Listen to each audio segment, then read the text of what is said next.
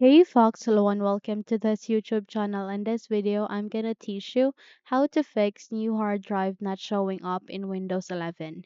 So without any further ado, let's get started.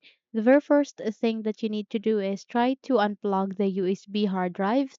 And the moment you have unplugged it, try to plug it in. Okay? So check if it's not working. However, if doesn't, then we need to proceed to our second method, and that is here the start icon. Please do a right click, scroll up, and then go with disk management. So tap on it and wait until a new window would appear, which is your disk management. Okay.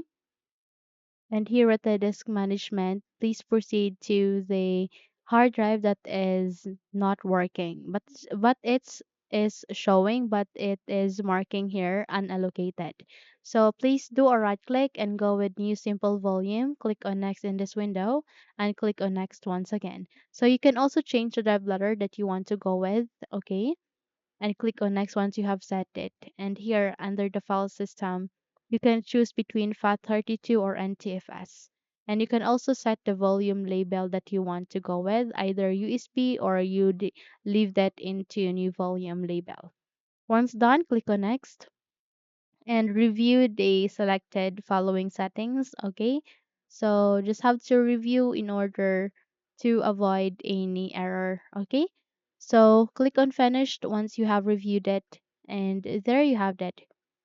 You would be able to fix the problem. Okay, you just have to wait until it will be done.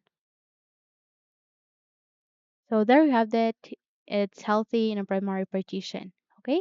So simply close this window and you're good to go. If you think this video helped you a lot, then don't forget to subscribe. Hit the like button as well as the bell icon to be updated for more tutorials like this. Thank you for watching this video and have a good day.